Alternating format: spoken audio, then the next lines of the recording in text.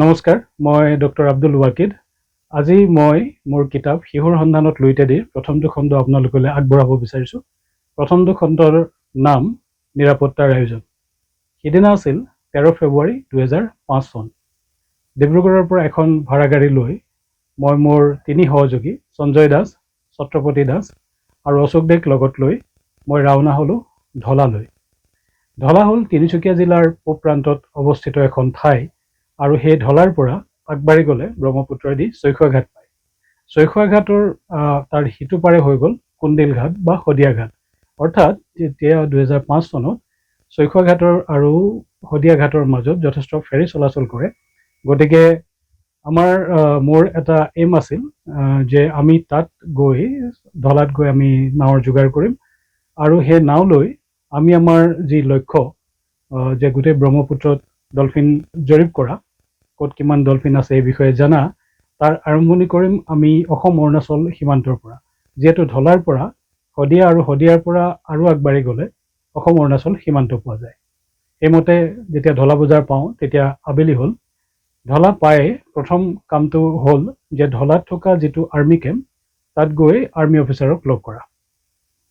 অলপ খবৰ লৈ আমি গম পালোঁ যে ঢলা বজাৰৰ পৰা সামান্য আঁতৰতে ঢলা আৰ্মি কেম্প আছে আৰু আৰ্মি কেম্পলৈ আমি গ'লোঁ। ঢলা আৰ্মি কেম্পত অৱশ্যে আমি যোৱাৰ এটা কাৰণ আছে। তাৰ আঁৰত আমাৰ এটা ঘটনা আছে যিটো ঘটিছিল 2002 চনৰ ফেব্ৰুৱাৰী মাহত।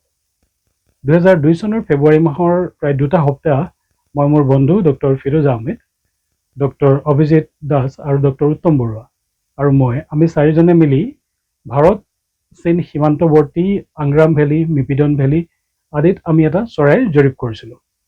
আৰু সেই চৰাইৰ জৰীপৰ এটা পৃষ্ঠপোষকতা কৰিছিল বম্বে নেচাৰেল হিষ্ট্ৰী ছ'চাইটিয়ে। তাত 2 সপ্তাহ কটাই আমি উভতি আহিলোঁ। আমাৰ লগত এখন জিপচি গাড়ীও আছিলে। আমি উভতি আহিলোঁ।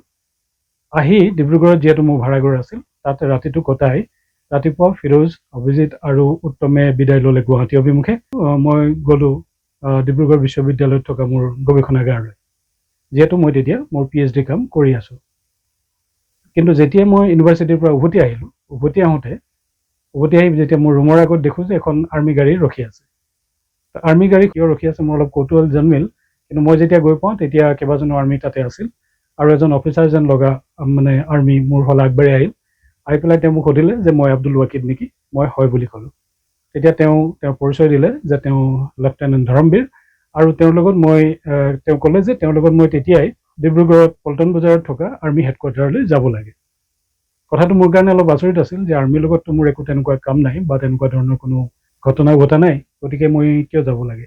কিন্তু সেই সময়ত অসমৰ যি পৰিস্থিতি, 2004-05 চনৰ কথা কৈছোঁ, সেই সময়ত অসমত আৰ্মিৰ যথেষ্ট শাসন চলিছিল আৰু উজনি অসমত বিশেষকৈ তিনিচুকীয়া, ডিব্ৰুগড় জিলা যথেষ্ট অশান্ত হৈ আছে। গতিকে আৰ্মিৰ অপাৰেশ্যন য'তে ত'তে হয়। সেয়ে তেনেকুৱা এটা চিটুৱেশ্যনত আৰ্মিৰ লগত বাক্য বৈ নিষ্প্ৰয়োজন, গতিকে তেওঁলোকে নিব আহিছে যেতিয়া যাব লাগিব। গতিকে সেইমতে মই লেফটেনেণ্টৰ লগত তেওঁলোকৰ গাড়ীত উঠি ডিব্ৰুগড় পল্টন বজাৰত থকা আৰ্মি কেম্পলৈ গ'লোঁ। লগত যাওঁতে মোৰ লগত থকা GPS আৰু কেমেৰা লেফটেনেণ্টে ল'ব ক'লে, সেইমতে লৈ গ'লোঁ। যেতিয়া মই ডিব্ৰুগড় আৰ্মি কেম্প পাওঁ তেতিয়া তাৰ আগতে অৱশ্যে লেফটেনেণ্টে মোক ক'লে যে মোৰ বন্ধু ফিৰোজত আৰ্মি কেম্পতে আছে। এতিয়া মোৰ মনত প্ৰশ্ন উদয় হ'ল যে ফিৰোজতটো গৈছিল গুৱাহাটীলৈ, কিন্তু কেনেকৈ আহি আকৌ ডিব্ৰুগড় আৰ্মি কেম্প পালে। কিন্তু মই সুধিলেও ধৰমবীৰে বিশেষ নকয়, খালি কয় যে কেম্পত গ'লে গম পাব। যেতিয়া মই কেম্প গৈ পাওঁ তেতিয়া দূৰৰ পৰাই দেখিলোঁ ফিৰোজতে গাড়ীত বস্তু ভৰাই আছে। মোক দেখি তিনিও এটা হেতা হাঁহি মাৰিলে, কিন্তু তেওঁলোকক মই সুধিবলৈ কোনো সুযোগ বিচাৰি পোৱা নাই। লেফটেনেণ্টে মোক লৈ গ'ল কেম্পৰ কমাণ্ডিং অফিচাৰ কৰ্ণেল দালালৰ ওচৰলৈ। কৰ্ণেল দালালে মোক সুধিলে যে মোৰ লগত কি যন্ত্ৰ পাতি আছে। মই ক'লোঁ যে GPS আছে। তেওঁ GPSটো মেজৰ হুদাক দিব ক'লে, সেইমতে মই মেজৰক দিলোঁ আৰু দিয়াৰ অলপ পাছতে লেফটেনেণ্টে আহি আমাক জনালে যে আমাৰ দুপৰীয়া খাবৰ কাৰণে যাব লাগে আৰ্মি মেছলৈ। সেইমতে কৰ্ণেল আৰু বাকী 2-3জন মেজৰ, কেপ্টেইন আৰু লেফটেনেণ্ট সহ আমি গ'লোঁ যিটো ডিব্ৰুগড় এই আৰ্মি কেম্পৰ ওচৰতে যোনটো অফিচাৰ্ছ মেছ আছে তাত এটা সুন্দৰ দুপৰীয়াৰ এটা লাঞ্চ হ'ল। যথেষ্ট হাঁহি ধেমালিৰে আমি কথা বতৰা পাতি লাঞ্চ শেষ কৰিলোঁ। তেনেকুৱা তাৰ মাজতে অৱশ্যে কেইবাবাৰো কৰ্ণেলে ক'লে যে দুখ প্ৰকাশ কৰিলে যে এটা ভুল বুজাবুজিৰ কাৰণে আজি এনেধৰণৰ ঘটনা হ'ল।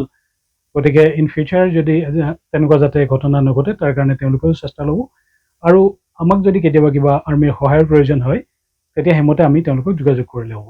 কিন্তু তথাপি তেতিয়ালৈকে কিন্তু মই জনা নাই যে কাহিনী ঘটিল কি। তাৰপিছত যেতিয়া আমি লাঞ্চ কৰি ওলাই আহিলোঁ, তাৰপিছত আমি চাৰিজনে যেতিয়া গাড়ী লৈ আকৌ মোৰ ভাড়াঘৰৰ অভিমুখে ওলাই আহিলোঁ, তেতিয়াহে আচলতে গাড়ীত আমাৰ আচল কথাটো ওলাল। কথাটো এনেকুৱা ধৰণৰ হ'ল যে আমি যেতিয়া 2 সপ্তাহ চীন সীমান্তৱৰ্তী এলেকাত আমি ঘূৰি ফুৰিছিলোঁ, তেতিয়া কোনোবাই আৰ্মিক ৰং ইনফৰ্মেশ্যন দিলে, যে ভুল তথ্য দিলে যে এনেকুৱাকৈ 4জন ল'ৰাই এখন বগা জিপচি লৈ সীমান্তৱৰ্তী এলেকাত সন্দেহজনকভাৱে ঘূৰা ঘূৰি কৰি আছে। গতিকে তাৰ পাছৰ পৰাই আৰ্মি আমাৰ ওপৰত চকু আহিল আৰু তেওঁলোকে নাজানো কেনেকৈ জানিলে যে এদিনা ফিৰোজত বা আমাৰ টীমটো আমি গুৱাহাটীলৈ উভতিম। গতিকে সেইমতে ডিব্ৰুগড়ৰ পৰা অলপ আঁতৰত থকা তিলৈ আৰ্মি কেম্পৰ ওচৰত যেতিয়া ৰাতিপুৱা ফিৰোজত গাড়ী লৈ আহিল, তেতিয়া তাত তেওঁলোকক ধৰিলে, ধৰি পেলাই ডিব্ৰুগড় আৰ্মি কেম্পলৈ লৈ গ'ল। ডিব্ৰুগড় আৰ্মি কেম্পত গৈ পেলাই 3জনৰে পৃথকে পৃথকে জেৰা চলিল, মানে কি কাম, কেনেকুৱা কি কথা, হাতত যি যন্ত্ৰ পাতি আছিল চববোৰ পৰীক্ষা হ'ল আৰু যি তথ্য পাতি আছিল বা ডকুমেণ্টছ আছিল সেইবোৰৰ পৰীক্ষা কৰিলে তেওঁলোকে। সেইডোখৰতে কাহিনী এটা মূৰ ল'লে, অৰ্থাৎ এটা বিপদজনক ঘটনালৈ যদিও আগবাঢ়ি আছিল, কিন্তু এই যেতিয়া নথি পত্ৰ পৰীক্ষা কৰোঁতে তাতে ওলাল যে বম্বে নেচাৰেল হিষ্ট্ৰী ছ'চাইটি আমাক দিয়া লেটাৰ, য'ত তেওঁলোকে আমাক এই ছাৰ্ভেটো কৰিবৰ কাৰণে অথৰিটি দিছিল আৰু তাৰ লগতে আৰ্থিক অনুদান দিছিল। আৰু ঘটনাক্ৰমে কৰ্ণেল দালাল, যি ডিব্ৰুগড় আৰ্মি কেম্পৰ কমাণ্ডিং অফিচাৰ আছিল, কৰ্ণেল দালাল বম্বে নেচাৰেল হিষ্ট্ৰী ছ'চাইটিৰ এজন সক্ৰিয় সদস্য আছিল। গতিকে তেওঁ ভালকৈ জানে যে বম্বে নেচাৰেল হিষ্ট্ৰী ছ'চাইটি কি হয়। আৰু আমি তেতিয়া ওলাল যে আমি আচলতে কৰা কামখিনি জেনুইন কাম, আমি কোনো সন্দেহজনক কামৰ কাৰণে ঘূৰি ফুৰা নাছিলোঁ। তো লগে লগে তেওঁলোকে তেওঁলোকৰ ভুল বুজি পালে আৰু সেই ভুলৰ তেওঁলোকে ক্ষমা বিচাৰিলে। এটা কথা তেওঁলোকে কেইবাবাৰো উনুকিয়াইছিল যে যিয়ে তেওঁলোকক এই ভুল খবৰ দি আমাক হাৰাশাস্তি কৰোৱালে তাকো তেওঁলোকে সদায় এৰি নিদিয়ে। গতিকে আৰু ইন ফিউচাৰ যদি আমাক কিবা তেনেকুৱা ধৰণৰ আৰ্মিৰ সহায় লাগে সেইখিনিও তেওঁলোকে আমাক কৰিবৰ কাৰণে তেতিয়াই কৰ্ণেলে প্ৰতিশ্ৰুতি দিলে। সেই প্ৰতিশ্ৰুতিৰ কথা মোৰ মনত পৰিল 2005 চনৰ আমি যেতিয়া এইটো জৰীপ আৰম্ভ কৰিম। যিহেতু আমাৰ জৰীপটো হ'ল ডলফিনৰ ওপৰত আৰু আমি জৰীপ কৰিম অসম অৰুণাচল সীমান্তৰ পৰা ভাৰত বাংলাদেশ সীমান্তলৈকে। বিশেষকৈ অসম অৰুণাচল সীমান্ত বুলি ক'লে তিনিচুকীয়া আৰু ডিব্ৰুগড় জিলা বা তাৰো ওপৰত ধেমাজি জিলা এনেকুৱাকৈ সামৰি যি অংশ আছে এইখিনি সেই সময়ত যথেষ্ট স্পৰ্শকাতৰ এৰিয়া আছিল। উগ্ৰপন্থী আৰু আৰ্মিৰ মাজত সঘনাই গুলীয়াগুলি হৈছিল বা সেই সময়তে বোমা বিস্ফোৰণ আদি কথাবোৰো অসমত যথেষ্ট বাঢ়ি আছিল। গতিকে তেনেকুৱাত বহুত সময়ত দুৰ্ঘটনা ঘটাৰ আশংকা আছিল যে ক'ৰবাত হয়তো আৰ্মিয়ে নদীৰ পাৰত ক'ৰবাত অপাৰেশ্যন কৰি আছে আৰু আমি তাত গৈ কিবাকৈ সোমাই পৰিলোঁ। গতিকে তেনেকুৱা ভুল বুজাবুজি হোৱাৰ সম্ভাৱনা আছিল আৰু তেনেকুৱাত আমি আমাৰ প্ৰটেকশ্যনৰ কাৰণে আৰ্মিক আগে জনাই থোৱাটো জৰুৰী আছিল। সেইকাৰণে মই ডিব্ৰুগড় আৰ্মি কেম্পলৈ গ'লোঁ। তাত গৈ কৰ্ণেল দালালক লগ কৰিলোঁ। কৰ্ণেল দালালক তেওঁক গোটেই কথাখিনি মই বুজাই দিলোঁ যে আমি কেনেকৈ কি ছাৰ্ভে কৰিম, ক'ৰ পৰা কৰিম। আৰু সেইমতে কৰ্ণেলে আগতে যিটো প্ৰতিশ্ৰুতি দিছিল সেইমতে তেওঁ আমাৰ ছিকিউৰিটিৰ কাৰণে যিখিনি ডিব্ৰুগড় তিনিচুকীয়া জিলাৰ নদীপৰীয়া এলেকাত যিখিনি আৰ্মি কেম্প আছে তেওঁলোকক আমাৰ ইনফৰ্মেশ্যনখিনি দিলে। তাৰ লগতে অৱশ্যে তেওঁ মোক এটা অনুৰোধ কৰিলে যাতে আমি ঢলা গৈ ঢলা আৰ্মি কেম্পত খবৰটো দি লওঁ, যাতে তেওঁলোকেও জানে যে আমি কেতিয়া ক'ৰ পৰা আৰম্ভ কৰিম। সেইকাৰণে আজি যেতিয়া 13 ফেব্ৰুৱাৰী 2005 চনত আহি ঢলা বজাৰ আমি পালোঁ, তেতিয়া প্ৰথমতে আৰ্মি কেম্পত গ'লোঁ। আৰ্মি কেম্পত গৈ তাত গৈ কেপ্টেইন জামালক লগ কৰিলোঁ। কেপ্টেইন জামাল এজন সুদৰ্শন কাশ্মীৰী যুৱক। তেওঁ আমাৰ অভিযানৰ কথা আগেই গম পাইছিল, গতিকে তেওঁ আমাক পাই পেলাই বেছ ভাল পালে আৰু তেওঁক আমি আমাৰ ডিটেইলছখিনি জনালোঁ যে আমি ক'ৰ পৰা কেনেকৈ আমি জৰীপ কৰিম, যে আমি অৰুণাচল সীমান্তলৈকে আগবাঢ়িম আৰু তাৰ পৰা আমি ডাউনষ্ট্ৰীম ছাৰ্ভে কৰিম। গতিকে সেইমতে তেওঁ তেওঁৰ নিৰাপত্তাৰ আশ্বাস দিলে আৰু তেওঁ বাকী কেম্পৰ কাৰণেও ইনফৰ্মেশ্যনখিনি পঠিয়ালে। তেওঁৰ লগত কথা বতৰা পাতি আমি যেতিয়া ঢলা আৰ্মি কেম্পৰ পৰা ওলাই আহোঁ তেতিয়া প্ৰায় সন্ধিয়া হওঁ হওঁ হৈছে।